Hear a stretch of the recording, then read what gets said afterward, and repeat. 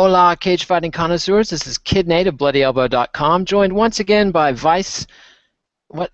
Now I'm getting the fight. Name of your fight blog wrong. By Eugene S. Robinson, who runs a fight blog for Oh, hey man, Vice.com. Fightland from Fight Fightland Line, right, right. It from makes me Vice's so Fight. happy. Come on, you can't let them scare you off of trying to say that book title. Fight. Everything you always wanted to know about ass kicking, but was afraid you'd get your ass kicked for asking. I put the always in there again. You did. At least you caught it. Hey Yeah. man, when I was a kid, I couldn't say hallelujah.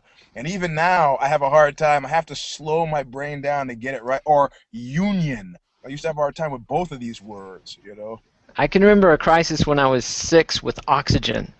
But Yeah. If you think about it too much now, you'll start to panic and screw yourself up. So don't do it. So it's all back. So we're back to talk about cage fighting, UFC, Bellator, Strikeforce. We're going to be talking about the upcoming Michael Bisping versus Vitor Belfort fight on UFC on FX7 coming from Brazil in a couple of weeks. Bisping has a title shot on the line. Belfort does not. Belfort's going to play spoiler in that. We're also going to talk about Ronda Rousey and America's inexplicable love affair with her, or is it explicable? Eugene yeah, says he's going to say it's explicable. I might say it's inexplicable. We'll see what I say. And Eddie Alvarez versus Bellator. News came out that Bellator is filing suit against Mr. Alvarez, formerly their top lightweight attraction, their ex-champ. He's trying to get into the UFC. The UFC has made him an offer. Bellator says they matched him. Have you followed the case, Eugene? Yeah.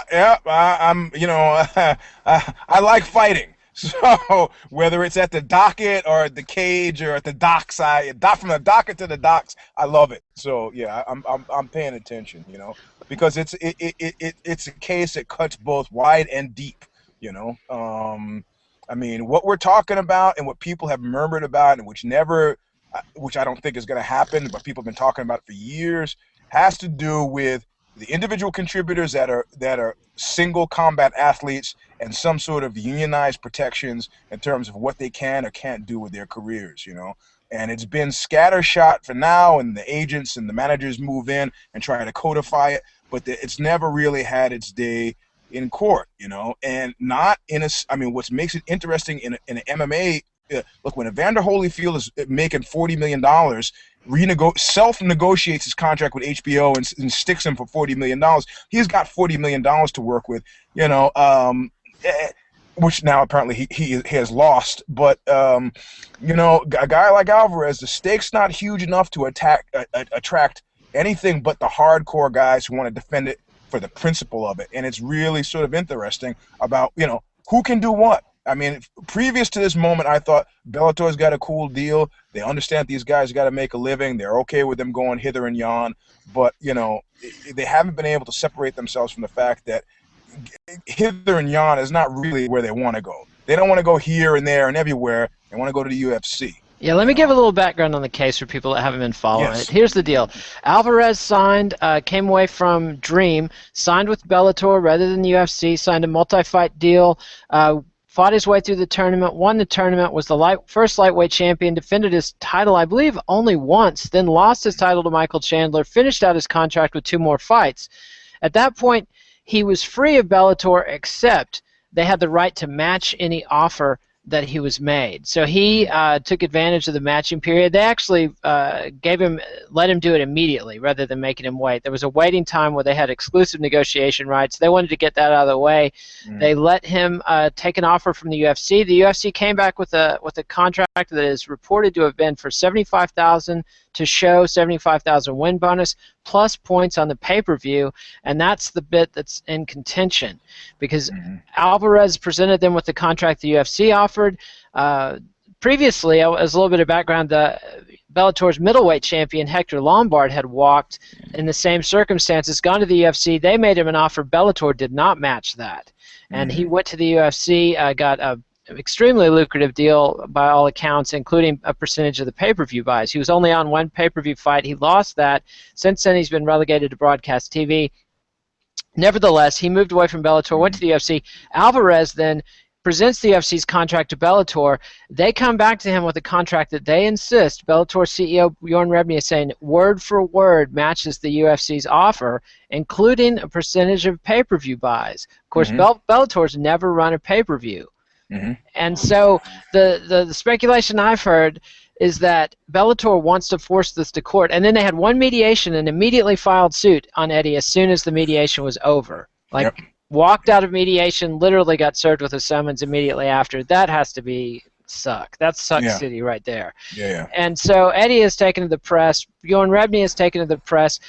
I think Bellator is trying to force this to court to show that the UFC's bonus system, wherein they pay a lot of bonuses in the locker room that are off the books, that are not reported to the commissions, do not count for contractual purposes. They're saying, hey, you offered a percentage of pay-per-view, I offered a percentage of pay-per-view, it's the same thing, same offer. Alvarez is saying, hey, your idea of a pay-per-view and the UFC's idea of a pay-per-view is the difference in several zeros at the end of my check.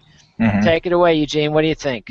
Well, I mean, I think this is a great. I mean, this is like what I call tri-level chess. There are a lot of different things. There are a lot of different things going on here, all of which might not be apparent. I mean, first of all, I don't know if you ever saw that movie California with Duchovny and Brad Pitt and Juliette Lewis, where these journalists are supposedly on the trail of some sort of serial killer. And there's a great scene about they go to a kind of a redneck bar, and the upper middle class journalist puts his quarter on the side of the pool table, and some local guy sweeps it off onto the floor. And he goes, "Oh, I'm sorry, I guess you didn't see my quarter there." The guy goes, "No, that's my quarter." He goes, "Oh, you call me a liar?" I mean, we've seen the scenario if you've been in a bar, unfortunately, on the bad end of it, you've seen how this goes. You call me a liar, and Brad Pitt was walking by Duchovny. He says, "It's coming." Feeling very much the same way. This has been coming.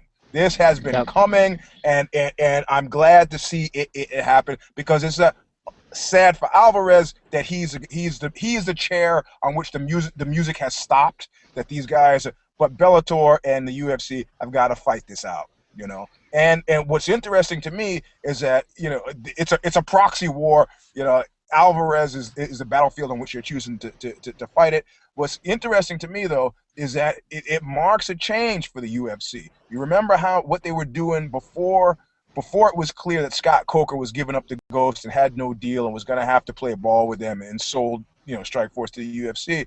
I don't know if you remember what Dana and the UFC, what Zuffa was doing at that point, which was just like, again, I hate with the movie references, but I'm going to go back to Cape Fear on this one. Not the Robert Mitchum, but the Rob De Niro one, where he goes, I can outthink you, I can outfuck you, I can outfight you. And this was Dana's stratagem with Strikeforce. I'll just keep rolling the trucks up. I'll give him a truckload of money. I mean, I'm doubling up. What are you going to do? Until a Microsoft strategy. I'm going to, can your business model support? Can you lose as much as I can spend? It's a classic poker player's deal. It's what the guy with more money at the poker table does. He just puts his chips on the table and just outweighs you, hand after hand after hand. So what Rebney has done at this point, rather than Rebney has pulled that maneuver like I used to do when I was 12 years old, when I was losing a game and didn't want to lose, just knocked all the pieces off the table. Go, screw it, we're suing you now. Yep. So I mean, it's going to be interesting to see how it plays out. In other times, I would have been worried for Alvarez. I would have been worried that that he was going to be kind of the unfortunate pawn who ends up getting again knocked off the table. But I think he's in actually a great place because because I think Bellator is shitting the bed. There have been murmurs and rumors about how at first there was this kind of they had a wonderfully open-ended contract. The guys could come, they could go, they do what they want. But now increasingly I've been hearing murmurs about guys unhappy with it. I'm hearing from sports agents I deal with that they're not so happy with Bellator. And there's a number of fighters, Dave Pee Wee Herman, Jonathan Brookins, the guy that beat their featherweight champion in Brazil, I can't remember his name. A number of people that not just wanted to leave but couldn't, but were sat on while they were under contract with Bellator. Dave Herman was signed as undefeated heavyweight, lost a fight before he started the organization, and they just buried him for a year and a half, something like that. So So there's quite a bit of smoke here, and it seems like there's some fire as far as people being unhappy with the way Bellator handles fighters. And I have to tell you, because it's our business to commentate. I have to tell you, Bellator's gonna lose this one. You're gonna lose it. You're gonna lose it, and you know why you're gonna lose it? Because like him or hate him, there's a certain kind of wonderful transparency to Dana White. In other words, you're not likely to be surprised by what he does. No. That snake rattles. Yeah, right. And I would say the same thing about Don King. Guys, look, there's a guy who I know who's looking now at going to prison for 20 years. That's a sideline. And we were really good friends, but I never did business with the guy because at that point, he came from Greece. In his mind, friends are friendly, but once we start doing business together, I'd be a fool if I didn't try to beat you on this. So this is Don King, to a certain degree, Dana White. These are reliable measures, but you can't do this thing. We're the happy alternative. Money starts coming in from Spike. You start to gain some purchase, and now all of a sudden you come across as the prick. This is no good. You want to fight with the UFC, you fight with the UFC. But I think that Alvarez was a straight shooter. I think in this instance, the UFC, even though the pockets were big, their bank was bigger. They were straight shooting. The Bellator to come out like this, you're spoiling for a fight. This is like the guy who fucking trips on the sidewalk in front of your house and then sues you.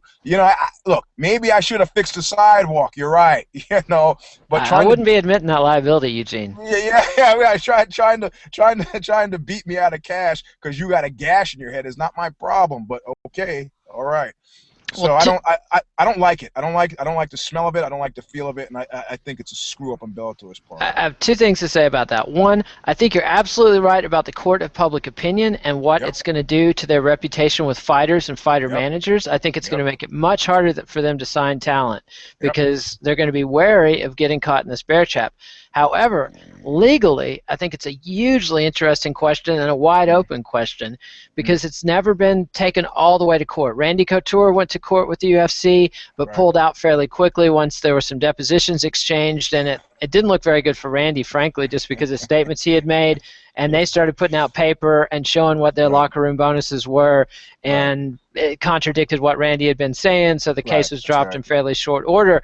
However, this time, I think the X factor is how much does Alvarez want to fight this? Like, how much lawyering can Alvarez afford? I guarantee you Viacom can afford considerably more lawyering than Eddie Alvarez. But hold on, you can't tell me that you actually really believe that Alvarez is paying his legal bills on this. He might be. I don't know. I don't know. Now, if Zuffa comes in and helps him out, it's an entirely different question. But how bad do they want Alvarez? Now, that's the thing. They didn't make an offer that was so huge, Hector Lombard style, that Bellator couldn't even come close to it. But it's not Alvarez. It's not Alvarez. It's Alvarez and everybody else from Bellator who they want. It's true. And I think it's also they probably, I'm sure their lawyers see the same vulnerability I see and probably saw it a lot earlier, that these locker room bonuses and these pay-per-view percentages, and they don't say we're going to guarantee you X numbers of fight on pay-per-view. They say, if you're on pay-per-view, we'll give you X percentage of the revenue, which is two very different things. Like, you could end up like Hector Lombard, where your first fight's on pay-per-view, you don't do well, you lay a stinker, and, man, you're on Fuel TV and FX from here on out. So I'm trying to spend that at the supermarket. I talked to a couple of contract lawyers, and they both told me, look, UFC is trying to sell guys a pig in a poke, and this is not legally strong. That is not a firm offer. If you're talking about a matching offer, all you have to do is match the hard dollars and cents that are absolutely guaranteed. You don't have to match a theoretical upside. Yep. But I mean, this is to me, you're right about that. You're right about that. But is that your dog, Eugene? Yeah, oh yeah. Okay, I was just making sure it wasn't coming out of you. That's all. Look at that! Look at that! Oh my goodness! Oh my goodness! Yeah. All right, just wanted to clarify that for the audience that might have been concerned about these about my sounds. Or... Coming out. Yeah, he snores. Yeah, I mean the thing is, it doesn't. I mean, like this is where the tri-level chess. It doesn't. If Bellator, if they can't attract talent, it doesn't mean anything, man. You know. So they need to. Not only do you hire a lawyer, but you hire a PR firm. You know. I don't have great love for PR people, you know, because I think they're. I'm right here, Eugene. I can hear this. Yeah, I spent 20 years in that field. Right. You know, I mean, not because I don't think PR is necessary, but most of the PR guys I know are just guys who've sent my CDs out for free and wait for things to happen. You know, I could do this without being charged. I could send out 300 free CDs and then wait for people to send me web links. That's what everyone says. That's what everyone says. But you know, it's something about a fool for a client, guy handling his own PR. I don't know. I think that was probably a lawyer. You know, that is a mistake. I have had the woman who did the fight book was a great PR woman, Gilda, whose name last name I can't remember. Anyway, it'll be interesting to see because it is. You know, fighters' impressions, fans' impressions, and then what happens in the court. And you know, if by any stretch I've made it seem like because I colored Zuffa favorably, that I don't think they should be a little bit more transparent and giving in terms of how they pay these fighters, then let that mistake not be made. I'm not going to do a Cal Schalak and be beating the drum for unionization among fighters, only to find myself broke and lonely tomorrow, where bodybuilding exists without him. You know, but you know, I am saying that you know, you got a $40 million house in Malibu, man. You know, guys who are living in their cars might want a little piece of that jack, and you know, a little bit of transparency helps people plan for the future, you know. So let's wrap this up real quick. 2 questions. Do you think is Alvarez going to fight before the year is over, or is he going to be out? Yeah, of course. And you think that'll be with the UFC or Bellator? I think it'll be with the UFC. You know, I think it'll be with the UFC because nothing aggravates a man and fires up his mind like being served. Indeed. I've actually trained myself to never respond to my name in public because I know, you know, Greg Ginn, one of your local residents, Greg Ginn, who used to lives run in Taylor, Texas. Yes. Yeah, he was playing a show with his trio, and some guy walks to the stage. He goes, "Hey, you Greg Ginn?" He's like, "Yeah, you're served." It couldn't happen to a more deserving individual. Correct. From everything I've heard. You know, he's always been super nice to me, and I don't know how much money he owes me, but he did cut me a check. Well, that was nice of him. Before we recorded. I've not seen a royalty after. But before we recorded, he cut me a check. So. Well, that was shrewd on your part, Greg. Mr. Ginn has blocked me on Facebook, so I'll leave it at that.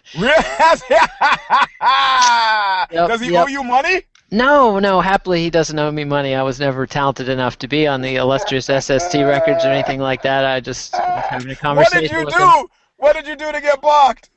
I was shitting on Andrew Breitbart the day the guy died. So, you know, Greg apparently took offense to that, and I took offense to Greg, and, you know. Why were you shitting on this guy the day he died? Because he shit on Ted Kennedy the day Ted Kennedy died. I felt like I knew Breitbart, and it was very much in the spirit of Breitbart to shit on people the day they died, and I wasn't, you know, the guy was the best at the field I was in, which was online politics. Yep. I also felt he was a scumbag and felt that it would be consistent with both Greg Ginn and his history of saying truth to power and Andrew Breitbart and his history of calling it like you see it to say, fuck the guy, he was a scumbag, his only achievement was trying to prevent black people from voting. I'm sorry he's dead, but that's where it is, you know. Anyway, this segues nicely into Ronda Rousey, my friend. But let's take it. We're ready to go. Let's talk about Ronda Rousey, America's sweetheart, or is she America's sex pot? Well, you know, either way, she's headlining a UFC pay-per-view. Yeah, you know, there's a temptation to, you know, there's a paucity to America's imagination when it comes to sexy. You know, I've said this before. Usually, I've said this in the context of people making fun of me for some choice. I remember when I was running Code Magazine, so we want to put some sexy women in there, and I was like, yeah, okay. What about Queen Latifah? And they're like, I'm not laughing. At the time, we're talking about 10 years ago, I thought the Queen Latifah, I still think she's sexy. You know, I mean, I know she maybe is not so excited about men, but whatever. You know, so I mean, I think so. America's appreciation for Ronda Rousey as a sex symbol. Yeah, she's biologically attractive. She's pretty fair as hair. She seems. But what I really like about Rousey and what I think makes her, it's the same juice that Chris Christie has, and it boggles my mind. It's like a magic trick that nobody in America seems to get. It's that they're not full of shit, man. You know, straight talking. That's what turns you on, Eugene. Straight talking. That, you know, I mean, you know, putting you on Front Street. Who was it? The ex that had dumped her, and then the guy, after she started to appear on TV, started texting her, and she said, you know what? Let me put your text up on my Facebook page or my Twitter feed or whatever. It's like, you know, what? Ouch. You might want to, but you might not. But she went ahead and did it, you know, and she is, I mean, you know, if she stops fighting tomorrow, she's here to stay, because there are not a lot of people who are willing to do this. You know, I mean, there's a guy who I know, you might remember him. He was to the manner born. His name is Mike Fox. He used to play guitar for Los Overdados. He was also in Drunk Injuries. Mike Fox is a saint. I love this guy. But it was a parlor room game that I finally realized I can't get Mike Fox to talk shit about anybody. So I was like, okay, all right, I'm gonna pick this guy who we knew in the punk rock scene, who used to mug old ladies in the street, you know, just a bad guy. Also now living in Texas. So it's not the singer for Fang. No. I just saw him at the Neurosis show on New Year's Eve. He didn't mug old ladies. This is another guy, and you know, Mike was like, yeah, you know, and I mean he just, his worldview, he just couldn't get around to thinking like talking shit about people made sense or could feel bad. And at one time I was just through. I had it, and I go, yeah, fucking Hitler. And like, and then he was so masterful. He was like, you know, he said, I mean, he didn't make any excuses for Hitler, but he was like, kind of like, you know, guys are born and things happen to them. I was like, and he's right, you know, he's right. I mean, he answered the argument, if you could go back in time and meet Hitler as a child, would you kill him? You know, and he kind of, I mean, so, you know, so there's a certain genius about somebody that, you know, who just, but I hate that kind of, when you see it, when it's not natural. Like they asked somebody about an opponent. I think it was Gina Carano, since we're talking about women's MMA, and she gave a very political answer, but you could feel that the person she was talking about, when she was ginning up the fight with Cyborg, and they asked her, and she was very nice and politic, but it stunk. It didn't smell right. It didn't feel right. You have some people who naturally, like Mike Fox, who naturally do that. You know, there's no way you're going to get Cain Velasquez to kind of, to do the Michael Bisping thing, to do the Nick Day. It's not in his character. He refuses. Won't. It's foolish. It's like asking him to go to the weigh-in in a skirt. It's probably not going to happen, you know. But when you have it on the other side, when you have somebody who's a natural, who's just a natural, no fuck around, straight shooter, I don't care, it's really sort of refreshing. Chris Christie is the same way. I'm not, you know, I don't share his political sympathies, but the fact that he came out last week and said, this is why America hates you guys in Congress. You know, when it came time for Katrina to give money, you know, as a Republican, I supported that. You know, you guys are screwing us, and you're screwing us for political reasons, and this is wrong. And he didn't care. And when Obama showed up, he was like, you know what, this is cool. I mean, it's sane. It's sane. It is a sane approach. It is sane approach. And with Rousey, I get the same, you know, but now it becomes this weird kind of death watch for me, because it's like at some point they get everybody. At some point, everybody gets gotten to, whether it's the Rolls Royce, you know, the TV commercials where you kind of want to beat a monkey, you know. It's like, all right, we're rocking New Year's Eve with Ronda Rousey and Kathy Griffin, and you're like, jump out, you're like, ah, yeah, no, I mean, yep, that's entirely possible. I think a lot of people don't quite get it that are criticizing Ronda. I think a lot of people, and this started with the women's fighters. Miesha Tate was a big one that was like, why the fuck is she getting a title shot? Blah blah blah. She hasn't done nothing. It's like, shut up and enjoy the spotlight you're bathing in. Misha, because Yeah. it's Ronda that's bringing the attention. It's not you. It's not the title. Nobody gives a shit about records. People didn't care that Brock Lesnar had no MMA fights when he came, one MMA fight when he came to UFC. They wanted to see Brock Lesnar in the cage. Once they got a little taste of it, they wanted more of it. Same thing with Ronda Rousey. She's a very exciting fighter, very exciting personality. People want to see her. I'm very curious to see how she sells on pay-per-view. I think that's an X factor. Personally, I would have put her on Fox TV because I think it's a natural, would have solved two problems. But I think they want to test it. I think they want to see, can women sell a pay-per-view? How do we monetize this deal?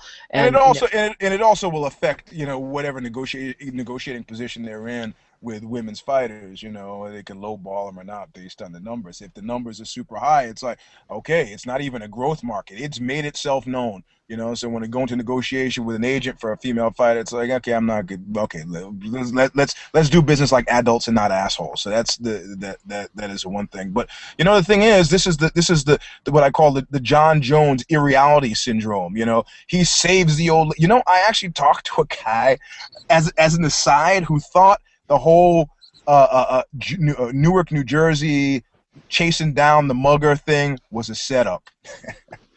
And this is a guy inside the fence. This is a guy who used to fight in the UFC, who now manages fighters in the UFC. He said, no way is that legit. Yeah. The incident you're referring to was the night of a fight. John Jones, UFC champion, I don't think he was champion yet, and his coach Greg Jackson and another trainer, was it Winklejohn? Yep. Yep. And then striking coach Mike Winklejohn were in a park in New Jersey. They saw a little old lady getting mugged.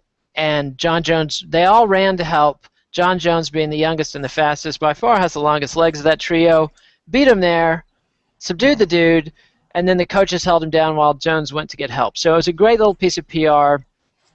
But, you know, I think cynics might have a point. I mean, I don't know. It's very shocking to think that Greg Jackson would pull some bullshit like that. Look, the guy who was telling me this was a California native. This is a guy who's not been to Newark, New Jersey, man. I've been to Newark. A friend of mine got carjacked in Newark, New Jersey, right?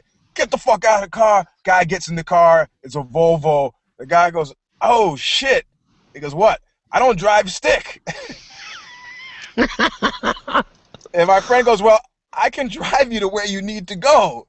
And the guy goes, fuck you, takes his keys, throws him down the sewer grate. He's like, oh, come on. I can't believe you. Now we both got to walk. Yeah, fuck you. This is Newark, New Jersey, man. That's pretty painfully harsh. But I go, the John Jones irreality syndrome, where the guy has done absolutely nothing to deserve that, and people are like casting her. Rousey hasn't gotten there now. She's only maybe deservedly, you know, earning the ire of other female fighters. But, you know, those women got to get out of that. Look, when I was a young guy in a band, I got into a long discussion with a promoter. I was like, we're gonna book you at a show. We're gonna put you and that band Blast. You know, they were like Black Flag interpreters from Senegal. So it'd be, you know, Twist and Jacks. You know, is the fact that I still remember the band names means that this was a significant moment. Twist and Jacks, you know, not Frontier Wives, the skate band with the O'Briens, the Faction, you guys, Blast, and then the Adolescents, and I go, whoa, Blast. They say, yeah, you guys in the Blast. Was this Blast? Whipping Boy? Was this when you were in Whipping Boy? It was when I was in Whipping Boy. I go, I'm friends with the guys in Blast, or who used to be in Blast, Clifford and stuff. I go, whoa, wait, you're gonna put Blast over us? Where are you getting off with that? And they go, well, you know, I said, we've been around for longer than those guys. And the promoter just kind of sighed. Yeah. And that was the first time. That was the first time I got the sense of myself a sense of my own ridiculousness. You know? Ouch. Oh, so you're like around for 10 years and then you get to headline stadiums? Is that's really the way it works? No, it's not the way it works. Mm-mm. Sports entertainment, baby. That's the way it works. Ronda Rousey's on the cover of magazines. That's the way. You know, if Ronda Rousey had a TV show wherein she pooped, she would get it. Like if she was on the Flavor Flav reality show. Right. You know, I mean, that's it. That's all there is to it. You know, yes, it would be nice if. I mean, look. Look at the guys who are in MMA who you see in TV commercials. Is it commensurate at all with Chesky? Yeah, or I mean, I've seen a few. A Lyoto Machida's commercial in Brazil. I mean, is it commensurate at all with their pound for pound ranking? No. Come on, you know. Yep. So I mean, complain, but you're right. I think very much you need to look at the bread and to figure out where the butter is on the bread and get in line. Come Damn on. I mean, straight. I think Misha, I really like her. And I think, Good but I fighter. I think love to watch her fight. she seems to be a real decent person. Reminds me of an ex-girlfriend of mine. I guess that creepy little aside. She probably didn't need to hear. but I don't think she should be complaining about this. Yep. And I think Ronda's got a great story. I like the Horatio Alger hard scrabble beginning. I like the obsessed mother. I like the intergenerational female combat sport thing. I like the real world acclaim. I think she should be able to go into the UFC with the same acclaim for anybody. Randy, Dan, who's had Olympic bona fides, because we know those guys in the Olympics don't make any money anyway. I like the fact that she's from another sport that's also now. I mean, I'd really like to see how do you pronounce his name? Cal Sanderson. But The wrestling great. The wrestling great, USA Wrestling has given him and Henry Cejudo. Am I pronouncing his name right? Yeah. Cejudo have given medalist. him. Yep, have given those guys tons of money to not to not jump the fence. But the judo teams are not giving anybody. That's what Not people the don't understand. American judo team. In No. Japan, though, it's a lifetime sinecure to get on the Olympic judo team. Correct. Ooh, And it was man. Sinecure. Said it right. SAT power. I love that word. That's right. Word. That's right. Yep. Which sinecure, for those of you who don't know, is an easy job that they used to deal out in the kind of Renaissance times. The church usually typically. You still use it in politics, Eugene. It's still a live term in There's politics. a lot of that. There's just a touch of that. Well, I'm the commissioner for the commission. Yeah, okay. Exactly. So I think Rousey is the real deal. Not only is she super. Okay. Let's compare for a second. I don't want to be an asshole about this, but let's compare. Public face entertainment phenomenons for a second. Gina Carano, Ronda Rousey. We all knew that the Gina Carano thing was a bit of hype. It was a bit of hype. Did you ever think for a second she was going to beat Cyborg? Oh, God, no. I mean, It was clear. But I still have questions about Ronda Rousey beating Cyborg, too, unless Cyborg just loses so much weight and muscle that she's a shadow of herself. Cyborg is I don't want to say real because that's a pejorative thing. It might make it seem like I'm saying that these others are not real, but she's she's hard. Cyborg is hardcore. Yeah. And if you train, I've trained with a few women, and the women I train with are also pretty serious and hardcore. I'm not saying Gina Carano wasn't, but I'm saying people weren't interested in Gina Carano because she was hardcore. No. So they might have had hardcore thoughts about Gina Carano, but it wasn't about her fighting. Well, and I think what Rousey does is she brings both to the table. That joke just cost us a viewer, by the way. I saw him tune out as soon as I said that. Anyway. Well, whatever. He can go back to who knows. But I mean, so I think Rousey brings both. She actually brings the Carano-esque kind of sex appeal where you might be thinking about when she's talking. But she actually delivers in the cage, so you don't have to try to explain to your girlfriend or your significant other why you're such a big fan. And she makes weight. And she makes weight. Right. Carano had trouble with this, and I think Rousey's got it, man. I don't want to say I need to come up with a new word here. I was about to say nut jumper. I don't want to seem like a Rousey nut jumper, but let's see. You're not up on her jock. I don't know. Bra hanger. Bra hanger is better because ovary jumper sounds weird, man. That's not. No. That's right. So, kind of repulsive. Yeah, right. So she's the real deal. She can deliver in the cage. She delivers out of the cage. And I think she's going to be around for a while. I think she's a great ambassador for the sport, and I'm clearly not the only one seeing that. And the haters can line up, but they should line up, if you know what I mean. No doubt, no doubt. One thing on Ronda Rousey before we wrap it up and go on to Michael Bisping that I want to say, I think Rousey and her success is critical to the long-term growth of MMA, because I think it's not that I think she's going to be such a huge superstar or Brock Lesnar figure that's going to sell millions of pay-per-views. I think she will continue to get press attention. What I think she will do is make MMA a lot more interesting to a lot of young women who are going to start training. They're going to start training judo. They're going to start training mixed martial arts, kickboxing, wrestling. And I think that's going to, and it's going to add a veneer of legitimacy. It's going to make much harder for people to hate on MMA if the faces of MMA is Ronda Rousey. Like, it's not, it's not War Machine anymore. It's okay. Here, I got something for you. Going back a little bit, why did women's boxing never make it, but women's MMA is now in serious contention to make it? Two thoughts. One was that boxing is inherently more brutal than MMA. There's something about the stand up and get back up on your feet after you get knocked down and get pushed out there to take more beating. When I watched women's boxing back in the day, I found it deeply uncomfortable to watch a stunned woman be pushed forward to take more punches to the face. And secondly, I think that there wasn't a context. The boxing has always been a promoter by promoter, fighter by fighter thing, or at least has been in my lifetime. There's not an overarching boxing organization. It's not like they could build women fighters. And so there was a couple of women fighters, and I'm blanking on their names, that had their moment in the sun that there was a push behind. They all hit snags. It's just like the history of punk rock. If you think, man, punk rock was never commercially popular, it would never make it, but then you actually look into the careers and you see how the Sex Pistols almost made it and didn't, the Ramones almost made it and didn't, the Bad Brains almost made it and didn't. There was just a number of, and steps. In two of those three cases, you talked about people who aggressively self-sabotaged. For whatever reason. But there's a third thing that you didn't mention, which is women boxers end up looking like boxers. Because not a pretty look. Because I have a hard time, like you said, watching boxing now, because you got a target zone here and the midsection. That's it. They're getting hit here. It seems really brutal to me to have those only be the places. So inevitably, you kind of, you develop, whereas women's MMA fighters, if you're an attractive fighter, you will stay attractive. So you have a strong chance. I mean, you could run into Anderson Silva and get your face from Rich Franklin.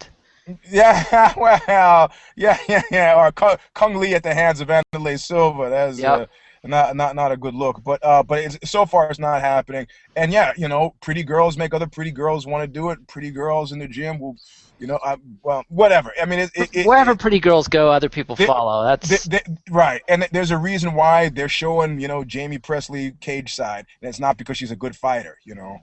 So, so anyway, so I think it bodes well. It's an appearance society. I'm glad to have the faces and the people there. As well as I think it's something that I have daughters who do it. So I think I don't want them to be professional MMA fighters, but I like the idea of them being able to defend themselves. So that is an attractive proposition. So let's segue to another fighter with a big personality who draws a lot of attention that a lot of people say he does not deserve. Michael Bisping. The UFC's been pushing this guy since the third season of The Ultimate Fighter. They were hoping that he headlined a couple of shows in Britain. They were hoping he would get to fight for a title in his native Britain. Now he's fighting against Vitor Belfort in Brazil. He's been promised a title shot against Anderson Silva should he beat Belfort. Belfort's not got a title shot on the line because he lost to UFC 126 in pretty humiliating fashion. Anderson Silva, one kick and it was all over for Belfort. What do you think? Is Bisping going to earn his title shot? And by the way, that title shot will not happen in Britain. Dana White's already said, no, business is too cold in Britain. It's not going to happen in Britain, which is a big change. In 2007, 2008, even 2009, if they had a British title shot, they would have had that fight in Wembley Stadium in London. Big deal. Yeah. Now it's going to be in Brazil if it happens. Thoughts, Ramble? Man, you know what? It's amazing. It's amazing what a difference a day makes. I used to have as my screenshot Bisping fighting when he was a sort of relative unknown, was fighting on some cage fight in the UK. He was fighting this really heavy-set cat whose name I can't remember. If I looked it up, I could figure it out. And that was my screen, for a long time. So I'd been a fan. When he participated in the robbing of Matt Hamill. I talked to a fighter friend of mine. He goes, "What are you supposed to do if you're in his position? Are you supposed to reject the win handed to you by the judges? The judges have eyes. They saw." And I go, "You know what? I couldn't. I mean, if you've been beat, because you don't know shit. You know what the judges know. I mean, so I said, I don't believe that, man. I fought. I beat a guy who punched himself in his own eye." It's better to be lucky than good, Eugene. Guy goes boom. His glove, his thumb was sticking out, almost gouged his eye out. He couldn't continue. But I'm not really counting that as a win, man. You weren't doing the Ali shuffle and talking shit? And I of course I didn't give him back any trophy. You didn't split the purse with him? I don't expect, but I do. I would have expected somebody, a Bisping, and when he didn't do that, I was like, come on, you drank? Will you drink? What kind of fucking Kool-Aid? But now it's been a complete transformation because Michael Bisping to me, Willie Loman. Death of a Salesman by Arthur Miller. They truck this guy out there. The idea is he's gonna drive. The UK is a big market. They speak English. They have a combat tradition. They're our sister. We close best domestic, and they truck him out there, and they monkey him up, and they're driving and they're pushing and they're pushing. And he's actually earning his keep by he's getting better each time he comes back. He's not one of these guys who's sitting on his ass. He's educable. He's actually a student of the art, trains really hard from all accounts I hear. And he's starting to earn his way back into my good graces because suddenly you start to feel this thing where you're like, the numbers are not coming back in his favor. As I remember Rollins talking about how when he was on a Mago, and I don't know whether it was his manager or somebody showed up with those green and white account ledger, account payable thing, and sat him down at the picnic table in his backyard or something and said, "It's over." He goes, "What do you mean it's over?" He goes, "It's over." Now I never would have. Somebody says, "Do you mean it's over?" The okie doke. What do you mean? Oxbow made no money yesterday. Oxbow will make no money tomorrow. Over means what exactly? But Rollins was actually making money. In this instance, I think Bisping was doing as he was supposed to have done. The UK market, for reasons that have nothing to do with Bisping, hasn't responded the way Zuffa's expected them to. I have ideas as to why that's the case, but who's in a better position, Dan Hardy or Michael Bisping? Well, I don't think they backed as big a truck up for Dan Hardy as they did for Bisping. I think Dan Hardy's in a better position than Bisping. But now I got this thing where I'm feeling this I'm seeing Bisping come in with the suitcase, and shuffling in, and the single spotlight, and the attention must be paid. Michael Bisping, as played by Al Pacino in Death of a Salesman. I mean, come on, man. The guy has done nothing wrong. He's done everything you asked for. I mean, his only problem was outside of ripping Matt Hamill off, was taking that check.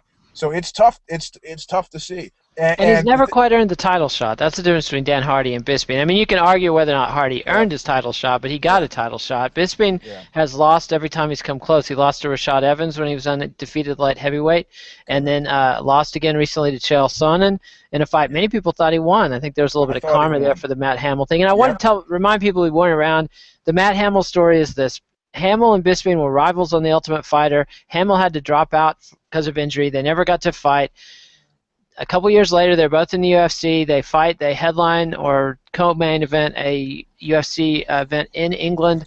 Bisping comes out to London Calling. Hamill comes out to Born in the USA. It's a big show. Everybody's mad at Matt Hamill. Hamill comes out and dominates the fight on pretty much everybody's cards except the judges. Judges award the fight to Michael Bisping, and Bisping proceeds to shit talk as if he had mopped the floor with Hamill. Correct. Right. I mean, which disgusted me. Yeah.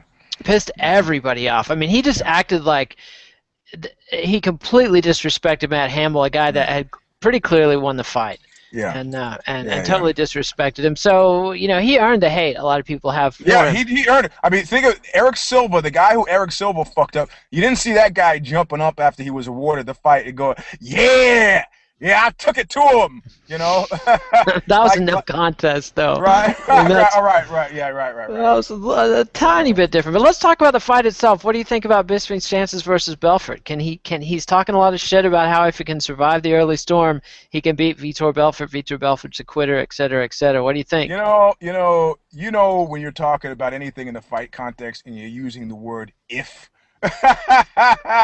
Like I quoted in my Vice piece where Ian MacKay was saying, I could beat a guy like you, Eugene, if I was angry enough.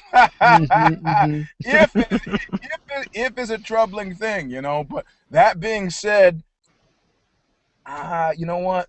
I don't know, man. I mean, you were the one who helped me to this. You told me, I've now developed a certain level of caution when age enters into the picture. And I'm thinking about Vitor Belfort's age, I mean, these guys are not existing necessarily on fumes, but these guys are not the guys that used to be those guys. You know what I mean? They're not who Shogun is not the Shogun of today is not the Shogun of yesterday. Vanderlei Silva of today is not the Vanderlei Silva of yesterday. And Belfort, I mean, they show some highlight films of Belfort and he's wearing wrestling shoes, man. That we're talking pre-Zuffa UFC. Guy's an older guy, I mean, he's 34, maybe 35 at this point in time. Yeah, and I'm not really ready to make my picks quite yet.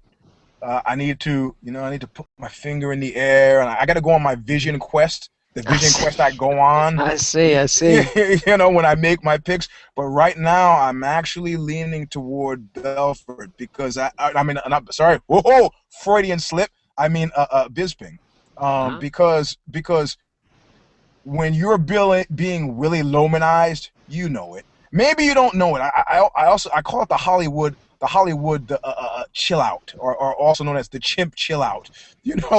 Where like you ever go to the zoo and you see look at the chimp, the chimp, and the chimp does this thing when they're not throwing shit at you, where they just kind of turn their back. It's like fuck you. Okay, Hollywood has this whole thing. I know from personal experience. Yeah.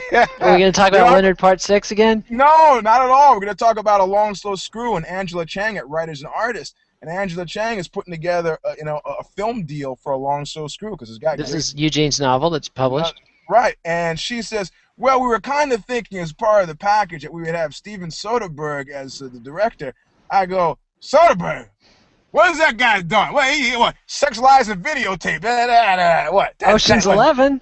No, this is early Steven Soderbergh. I see. And she said, okay. Well, why don't, as your main character, Jake Paternostra, we're thinking about George Clooney. What? George Clooney? What, you mean that guy from that TV show? He's too old. Forget about George Clooney. I see. And there's a certain point at which Angela Chang, you could see her, I could feel her on the phone going like this, and she said, you know what? I'll call you next week. Hollywood chill out, baby. I've never heard from Angela Chang again. And so, Bisping, you maybe at a certain point you figure out, Dana's not returning the text. He's not returning the calls. He's not singing the praises. They're not doing the card in the UK. They're not making deals, they're not bringing up other fighters, not talking about the Wolf's Lair or wherever the hell he trains. I mean, they're, if you got your finger in the air, man, you got to know, does this change how you fight? It should. It should, because you're going to go back to the UK and open up a school, and who's going to be in it, You know what I mean? Yep. It won't be Lee Murray.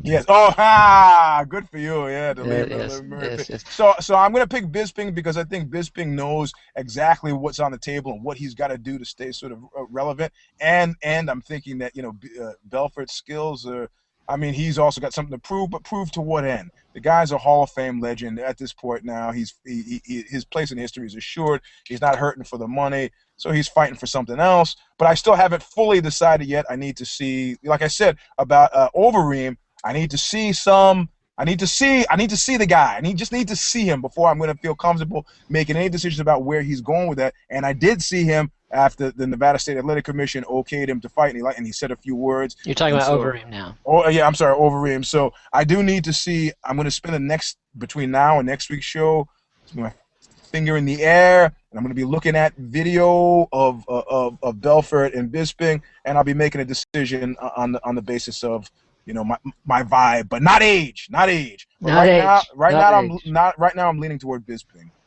I think that's a reasonable choice. I too am not ready to make my call, but I think Belfort's got two things against him, not just the age, but also he's always had heart questions. That's the thing about Vitor Belfort. Ever since Randy Couture exposed him way back at UFC 13, you know, the book on Belfort is this, and it's been this way for a long time. If you can fend him off early, if you can survive the early blitz, Belfort will find a way to lose from there. He's redeemed himself from that reputation a little bit. You know, he had a nice run in Affliction and some other places. Had a tough fight against Terry Martin that he held on to win. But come on, that's Terry Martin. That's not, you know, top of the food chain. Terry Martin was a good fighter, but I'm just saying, you know, was not top tier UFC fighter at any point in his career. Bisping is at least close to the top tier in the UFC, and certainly gave Chael Sonnen a hell of a fight. So we should do a piece on like guys that we hoped would make it but never did. You know. Yep. I was Terry Marvin the Beastman Eastman. He was my pick. He'd be my all-team pick for guys who I hoped would make it but just never did. I've got one, Andre Guzmão, the Capoeira fighter that came in undefeated in the IFC or IFL, whichever it was, and then was one of John Jones, I believe John Jones' first victim in the UFC in a not very spectacular fight, and that was kind of the last we saw of Mr. Guzmão. Anyway, I think we're about done for the day. Anything else you want to say before we let you drive off in your car with your growling dog? I'm not driving off. I got to go back up to the office. So he protect the office that I work in is actually on a street where an outpatient clinic exists. I haven't figured out where the outpatient clinic is, but they're up and down the street all the time. I got almost attacked 2 days ago by some guy. But because of the jiu-jitsu thing, what's interesting is, you know, these crazy guys walking along the street. You could feel the crazy from half a block away. And as he gets closer to me, you know, you could feel him looking and looking. And he gets about 4 feet away, and he goes, you know, and he rushes for me. But for all the fight training, the average person kind of pulls back, right? But because, you know, I'm kind of like not how I don't respond to my name in public because I don't want to get process served, you know. So somebody comes forward because of jiu-jitsu, I come forward. I don't go back, you know. So I come forward, and the guy was like, so, you know, and then he disappeared down the street, you know, breakdancing as he went, you know. Well, that's a happy ending to that tale, but next time you've got the dog, just in case. Yeah, that's why. So my point is, I leave the dog in the car. It's cloudy today. It's not bad. He protects the car, and I go back to the office. So. Well, so you have a productive rest of your work day, and we'll see you back next week. Eugene will be back with Knuckle Up next Wednesday. We'll be back with another MMA Tete-A-Tete next Thursday. We'll post this one tomorrow morning. And enjoy it, everybody. Have a good one. And we'll be back with more cage fighting talk in a week. Hasta. All right. See you, man.